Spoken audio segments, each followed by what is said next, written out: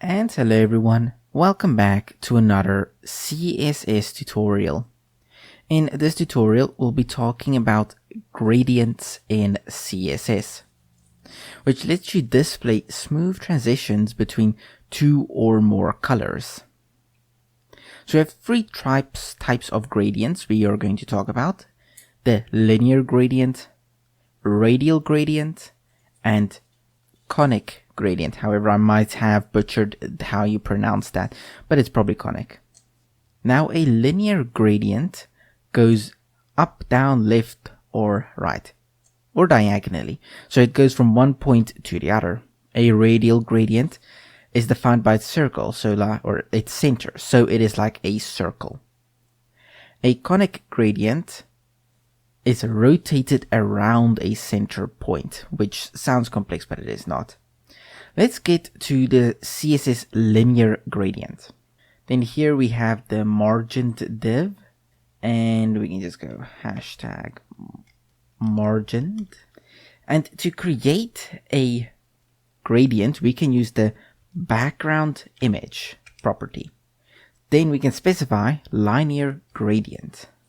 And in the direction you want it to go in, so let's say right, so it will then go from right to left. Then the first color, let's say red, and then the second color, let's say blue. If we save that, and let's just make sure, and that should be a comma. If we save that, and my bad, this should not be right, it should be to right, telling it should go from left to right. And there we go. So it starts at red and it goes to blue. We can of course add more, such as pink, and now it will go red, blue, pink, and so on. And you can of course say to left, or you don't need to specify the direction at all, and it will just go from top to bottom by default. Or if you wanted to go diagonally, we can say to bottom right, or to bottom left, or to top right, or to bottom, or to top left. And you can make it go diagonally, as such.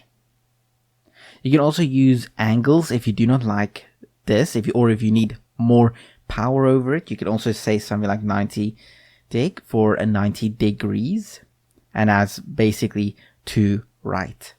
Or we can go 120 degrees, and that'll be at a slight angle, or 150, but more of an angle there, or 180, and that's from top to bottom. You can also add transparency to these colors. As an example, we can go RGBA, and we can say 255, 0, 0, and 1, meaning it is pure red and it is not transparent. And if we do that again, but this time say 0, it is pure red but also transparent. Now it goes from red to transparent background. Let's say you only want them to go for a certain amount of percentage of this whole block. Just to make it easier, I'm going to turn this back to 90 degrees so we can see from here to there. And I'm going to make this blue. Then let's say we also add pink here. Now here with blue we could say 10%, and here with pink we can say 30%.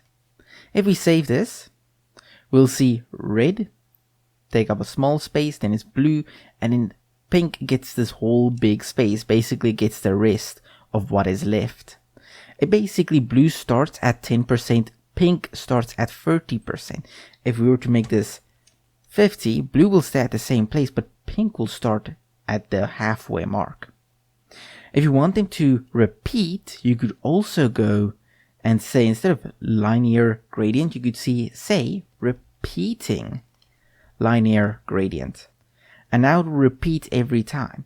So let's just make this maybe 10% as well. And as you can see, now it repeats. And maybe not 10%, let's maybe make it 20 so we can actually see the pink. So that's how you can make it repeat over and over. So that is it on linear gradients. Next up we can talk about radial gradients. So we can just replace that with radial. And let's just remove all of that. And first we have the shape size at its position, which can also be like its shape, or it can be ignored like previously. So we can just go red if we wanted to, and blue, and then it will also be ignored. As you'll see, it has like a circle layout and it just keeps growing. And of course you can add more. Again, we can say pink, and there we go. You can also specify how much or when something should stop. So we can say red is only 10% and a blue is only 15%. And as you can see, there we go. As I said, we can specify shapes such as circle, and now it's a pure circle in the center. Or we could specify where it should start. So here we could say closest side at 60%, and this should be closest. And in here it will be to the closest side at 60%. Or we could also go 55%, add another one, and this will bring it down. So first one will be x-axis, second one will be y-axis. So we go here and make this 90, you'll notice it goes down a lot more. And again, this one can also repeat. So we say repeating radial gradient, and let's just remove this pink here. Then you'll notice it repeats, and that actually looks really epic, I am not gonna lie. But if we were to just remove this here, then you'll notice that actually looks pretty cool as well. And let's maybe add a little green. Not as cool as the first one, but it still looks pretty cool. So that is that on radial gradients. Very simple, and they're not really complex, but it can give a nice look to your website if you know what you're doing. Next, let's talk about conic gradients. Now, I do not really know how to explain this. I would say almost like a triangle, wannabe circle, square filler, something like that. But that is very confusing, so let me just show you what it does. So let's go here and say conic. And let me just remove the text for once. The text is a lot. And let's just go here and say 500 pixels by 500 pixels. There we go. That should be good. And in here, let's just add 3 colors. We don't need to specify anything else yet, just 3 regular colors. Save that. And that's very big. There we go. So here you'll notice it starts with green and it goes in a circle all the way until the end. Very confusing, but it's actually a great way if you want to make a loader. You just hide the center part here, you round it a little bit, and you make it turn. That could be a cool loader with a bunch of different colors. You can of course specify more colors if you want. Pink, purple, and there you go. Now you have a cooler effect. You can also specify how much something should be allowed. So let's go and say 50% here. And now green will take up to 50% of the space, and then it will start transitioning. Or you could specify degrees, since it in a sense goes in a circular direction. You could specify 90 degrees, and now green will only go 90 degrees and then it will start transitioning to the next color. And you can of course specify this for all of them. So here we could say purple is 300 degrees. Let's do that. And now purple will start at 300 degrees and finish the loop. Now, as I said, you can make this a loader. We could just go border radius 50%. And now it's a circle. So this could also be a nice pie chart if you want, where you can just specify everything from point A to point B. And just specify all of the degrees that it should start and end at.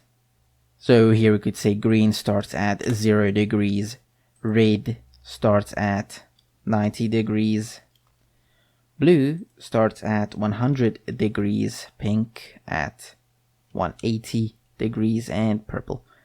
But you should also specify where it should end. So in this case, when we do this, we do not specify where these colors end. So they just kind of fade in, which doesn't really make a good pie chart. So now we copy green and we go here and say 90 degrees, 90 deg. When we do that, you'll notice green is a much sharper cut off than what it was. And again, we do this here, and we specify it where blue ends, which would be 100 degrees. Now red is also a little bit more defined. We copy that again, and now we specify 180, and then here we copy that, we specify 300, and there we go. So now we have a working pie chart, which is pretty neat. If you zoom out, it looks a bit better, but yeah. Or if you put a little clear box here in the middle, so let's just do this. So you can just go inner, and then we just go dot inner. Width is 480 pixels, and we can say the same for height. Border radius is 50%, and background color is white. Now if you of course just go transform, translate, -50%, -50%, and here we just say position, relative, and here we go position, absolute, and then left 50% and top 50%. There we go. So now we have a nice loader. If you make this background spin, which you could probably do with a little bit of JavaScript, or if you are proficient enough in CSS, you can make it with CSS as well. Then you can have a little loader for yourself. Cool. Let's remove inner here. And we can remove that. Now if you want to specify where it should start, so it always starts here from the top, but you could specify where it should start by going here to the front and saying from, and let's say 180 degrees. Then it will start here instead of here. You could also specify where the center positioning should be. So by default it is in the middle of this div. But you could say at 60%, and then at 20, and then at 20% right there. So then it is 20% on the y-axis, so it's first x-axis, then y-axis, and 60% on the x-axis, always starting from the left. So now the center point is here and not in the middle.